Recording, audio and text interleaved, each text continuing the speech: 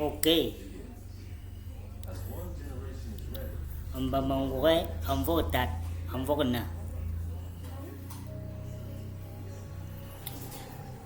ce soir, je vais prendre un petit instant pour continuer avec notre série La vision du monde.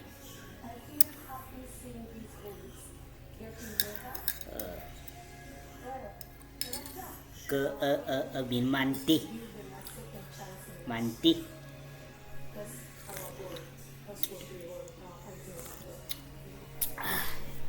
Okay.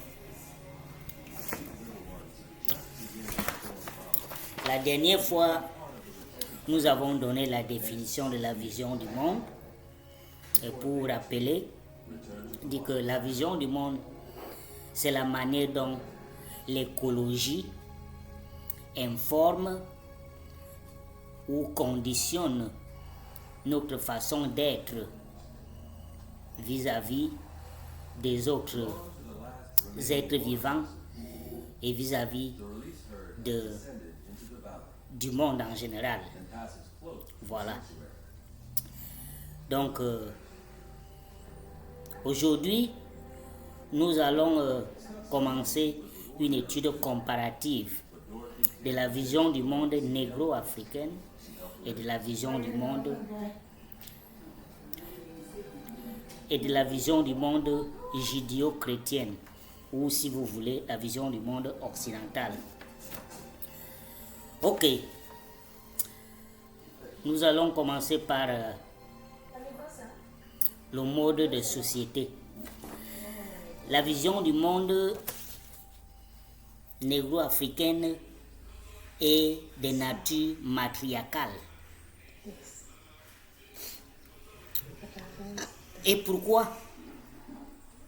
Pourquoi est-ce que la vision du monde est matriarcale?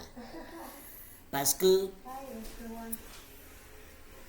le concept de Dieu dans la vision du monde négro-africaine, Dieu est androgyne.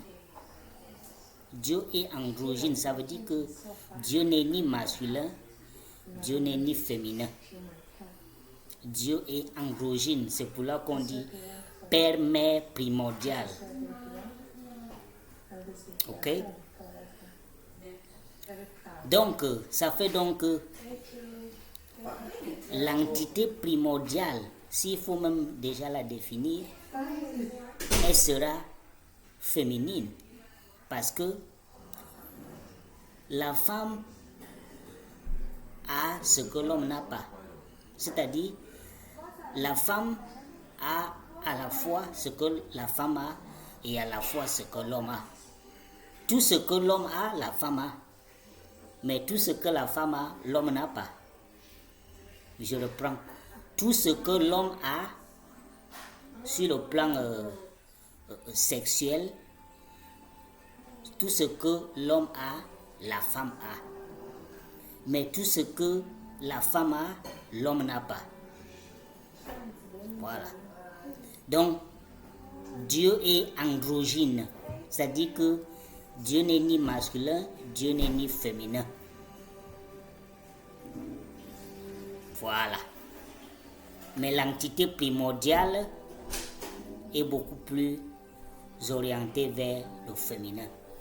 Parce que la femme a tout ce que l'homme a, mais l'homme n'a pas tout ce que la femme a. Et l'entité primordiale, c'est le Nun. C'est le Nun. Dans la spiritualité négro-africaine, c'est le Nun. Donc, par rapport donc à cette vision du monde matriarcal, vous voyez que la généalogie est toujours attachée à la femme. Parce que avant l'arrivée de l'homme bleu et les cheveux blonds, l'homme aux yeux bleus, aux cheveux blonds, bekalga tilden et benya, ngulamvuna, on nomme Ilono. Tu vois, on nomme Ilono. Et même quand on va du côté de Mvoronomo chez nous, chez les Mvoronomo, Mvwandansang, Ndi Nsizwa, c'est la mère d'Indi. Nansang, c'est la mère de Mvwandansang, Ndi Nsizwa. Vous voyez, c'est toujours rattaché à la femme, la généalogie. Dans la culture, spiritualité, tradition négro-africaine.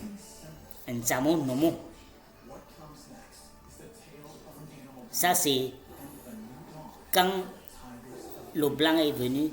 Maintenant, vous voyez un Tsamo Nomo. Moi, ici, alors que avant l'arrivée du blanc, on disait on nomme Ilono. On nomme Ndomene Ilono. Ngulu, Ndomene Amvuna, Ngula Amvuna. Donc, vous voyez? Donc, la vision du monde négro-africaine est essentiellement matriarcale. Et vous voyez ça même dans la généalogie. Bon. La vision du monde judéo-chrétienne, quant à elle, est patriarcale. Même l'entité divine est masculine. Regardez bien quand on dit Dieu le Père. Dieu le Père, il a souffert pour nous sauver, il donne à son Fils. Dieu le Père, Dieu le Fils, le Saint-Esprit, c'est-à-dire les trois entités de la Trinité judéo-chrétienne sont masculines.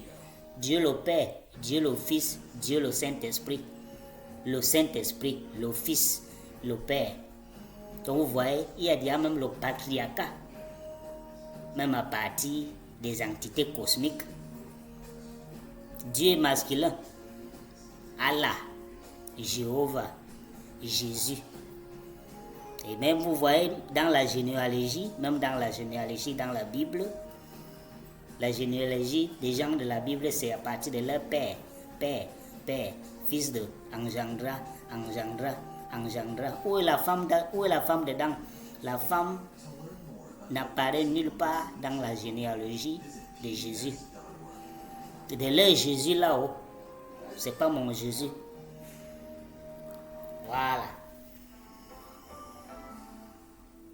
Prochainement, on va parler de la place de la communauté dans la vision du monde africaine et de la place de la communauté dans la vision du monde occidental ou judéo-chrétienne. Pour le moment, on s'arrête là aujourd'hui sur le patriarcat. Hotep